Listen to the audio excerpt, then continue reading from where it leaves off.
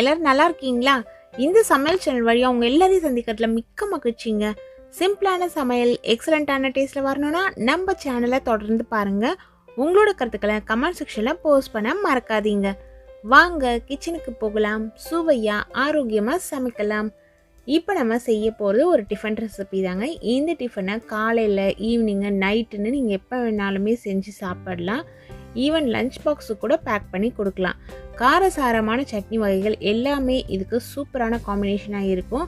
நம்ம இட்லி, தோசை, பொங்கலுக்கெல்லாம் சாம்பார் வச்சு சாப்பிடுவோம் இல்லைங்களா, அந்த சாம்பார் கூட இந்த ரெசிபிக்கு நீங்கள் சைட் டிஷ்ஷாக யூஸ் பண்ணிக்கலாம்.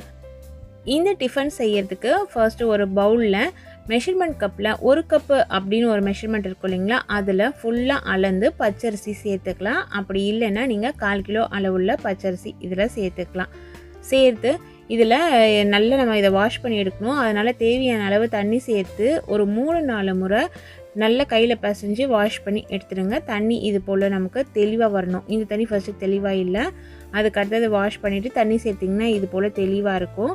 இப்போது இந்த அரிசி ஊறணும். குறைஞ்சபட்சம் ஒரு 2 மணி நேரம் அரிசி நமக்கு ஊறணும். அதிகபட்சமாக நீங்கள் எவ்வளவு நேரம் வேணாலுமே ஊற வச்சுக்கலாம். நைட்டு ஊற வச்சுட்டு காலையில் கூட நீங்கள் அரைச்சி சமைச்சிக்கலாம். இப்போ நல்லாவே ஊறிடுச்சு. தண்ணியெல்லாம் இருத்துட்டு ஒரு மிக்ஸி ஜாரில் சேர்த்துடலாம். இதனோட சில பொருட்களை சேர்த்து அரைக்க போகிறோம். 1/4 டீஸ்பூன் அளவுள்ள சீரகம் இதில் சேர்த்துடலாம். இந்த ரெசிபிக்கு தேவையான அளவு உப்பு 1/2 டேபிள் ஸ்பூன் அளவு சேர்க்குறேன். உப்பு உங்களோட சுவைக்கு ஏற்ற மாதிரி நீங்கள் சேர்த்துக்கோங்க. 1/4 டீஸ்பூன் அளவுள்ள பெருங்காயத்தூள் இதிலையே சேர்த்துடலாம். ஒரு 2 டேபிள் ஸ்பூன் அளவுள்ள உப்புமா ரவை, பாம்பே ரவைன்னு நம்ம சொல்வோம் இல்லைங்களா, அந்த ரவையை இதனோடையே சேர்த்துட்டு தேவையான அளவு தண்ணி கொஞ்சம் கொஞ்சமாக சேர்த்து இதை ஒரு ஃபைன் பேஸ்ட்டாக அரைச்சிக்கணும். எந்த அளவு நல்லா அரைக்க முடியுமோ அந்த அளவு அரைச்சிக்கோங்க. இப்போ இது 3/4 அளவுக்கு அரைஞ்சாச்சு. சீரகம் தான் நடுவில் 1-2 திரியாக தெரியும். அதை பற்றி ஒரு பிரச்சனையும் இல்லை.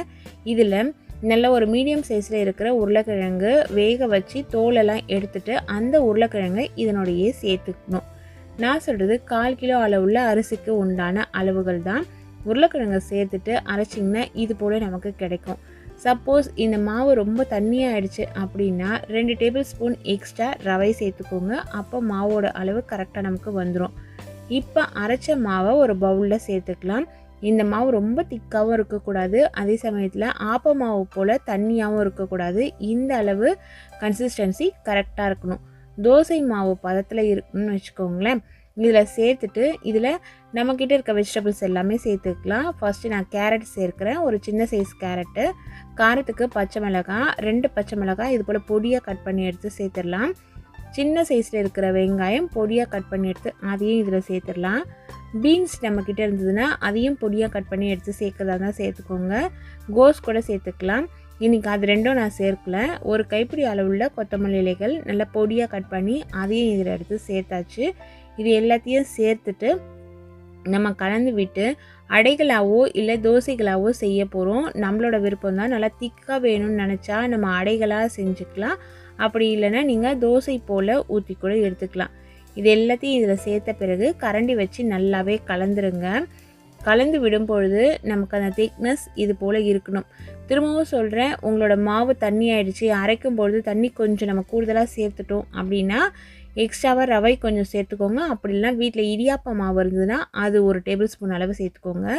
இது உடனே சுட போகிறோம் அப்படிங்கிறதுனால இதில் நான் ஈனோ சேர்க்குறேன். ஈனோ சேர்க்கணும் அப்படிங்கிற அவசியம் இல்லை. சேர்த்து செய்யும் பொழுது இன்னும் கூடுதல் சாஃப்டாக இருக்கும். அப்படி இல்லைன்னா இந்த மாவை அரைச்சிட்டு ஒரு 1.5 மணி நேரம் அப்படியே விட்டுடுங்க. லைட்டாக புளிச்சு வரும். அந்த சமயத்தில் நம்ம செஞ்சு சாப்பிட்டுக்கலாம். இது உடனே நம்ம அரைச்ச உடனேயே சுடணும்னா ஈனோ இதில் சேர்க்கணும். சேர்த்து கலந்து விட்டுக்கலாம். அதை கரையிறதுக்காக மேலே சும்மா கொஞ்சமாக தண்ணி தெளித்து அவ்வளோதான். இப்போ மாவு கரெக்டான கன்சிஸ்டன்சியில் இருக்கு. நான் இன்றைக்கி இதை ஒரு கடாயில் தான் அடைகளாக போட்டு எடுக்க போகிறேன். நல்ல அடிகனமான கடாய் வச்சுட்டு அதில் ஆல்ரெடி எண்ணெய் தடவி வச்சுருக்கேன். இதே போல் ஒரு மீடியம் சைஸில் இருக்கிற குழிக்கரண்டியில் மாவு எடுத்து கடாயில் சேர்த்துட்டு லைட்டாக ஸ்ப்ரெட் பண்ணி விடுங்க. சம்டைம்ஸ் ஸ்ப்ரெட் பண்ணணும் அப்படின்றது கூட கிடையாது. உங்களுக்கு கொஞ்சம் வட்டமாக வரணும்னா ஸ்ப்ரெட் பண்ணி விட்டுட்டு இதை லோ ஃப்ளேமில் வச்சு ஒரு தட்டு போட்டு மூடி அப்படியே வச்சுருங்க. ஒரு 5 நிமிஷம் கழித்து பார்க்கும்பொழுது ஓரமெல்லாம் லைட்டு ப்ரௌன் கலரில் வரும். இது லோ ஃப்ளேமில் தான் வேகணும். ஹை ஃப்ளேமில் வச்சிட்டிங்கன்னா நடுவுலலாம் வேகாது, ஓரம்லாம் கருகி போயிடும். இதே போல் ஓட்டைகள் வந்திருக்கு பார்த்தீங்களா, இதுதான் ஈனோ சேர்த்ததுனால இது போல் நமக்கு ஓட்டைகள்லாம் வரும். இல்லை நம்ம அதை ஸ்கிப் பண்ணோன்னா ஸ்கிப் பண்ணிடலாம். இந்த சமயத்தில் 1 டேபிள் ஸ்பூன் அளவுள்ள எண்ணெய் சேர்த்துக்கோங்க. எண்ணெயும் நம்மளோட விருப்பம்தான், தேவையான அளவு சேர்த்துக்கலாம். சேர்த்துட்டு இது போல் கரண்டியில் எடுக்க வருதான்னு பாருங்கள். எடுக்க வந்துச்சுன்னா திருப்பி போட்டுடுங்க. அடிப்பக்கம் நல்லா நமக்கு பொன்னிறமாக செவந்து வந்திருக்கு பாருங்கள். இதே போல் தான் நமக்கு வேகணும். திருப்பி போட்டுட்டு ஒரு 2-3 நிமிஷம் வச்சுருந்திங்கன்னா 2 பக்கமே நல்லா செவந்து வந்துடும். அப்படி இல்லை இது கொஞ்சம் டைம் எடுக்குதுன்னு நினச்சிங்கன்னா நீங்கள் தோசைக்கல்லில் கூட ஊற்றிக்கலாம். இதே போல் நம்ம வச்சுருக்க எல்லா மாவுமே அடைகளாக சுட்டு எடுத்துக்கலாங்க. இந்த உருளைக்கிழங்கு அடை சாப்பிட்றதுக்கு நல்ல சுவையாக இருக்கும். அப்படியே கூட சாப்பிட்றலாம். ஈவன் நீங்கள் பருப்பு பொடி இட்லிக்காக நம்ம வச்சுருப்போம் இல்லைங்களா, அது கூட தொட்டு சாப்பிட்லாம். ஆனால் காரசாரமான சட்னி இதுக்கு ஒரு சூப்பர் காம்பினேஷனாக இருக்குங்க. இந்த அடையை இதே அளவுகளில் பக்குவம் மாறாமல் செய்யுங்க. டேஸ்ட் வேறு லெவலில் இருக்குங்க. இது போல் நல்ல நல்ல ரெசிபிஸ் தெரிஞ்சுக்கணுன்னா நம்ம சேனலை தொடர்ந்து பாருங்கள். சுவையாக சமைச்சு சாப்பிட்டு மகிழ்ச்சியாக வாழுங்க. சுவையாகவும் இருக்கணும், ஆரோக்கியமாகவும் இருக்கணும்னா நம்ம சேனலை பார்த்து சமைங்க. Thank you friends.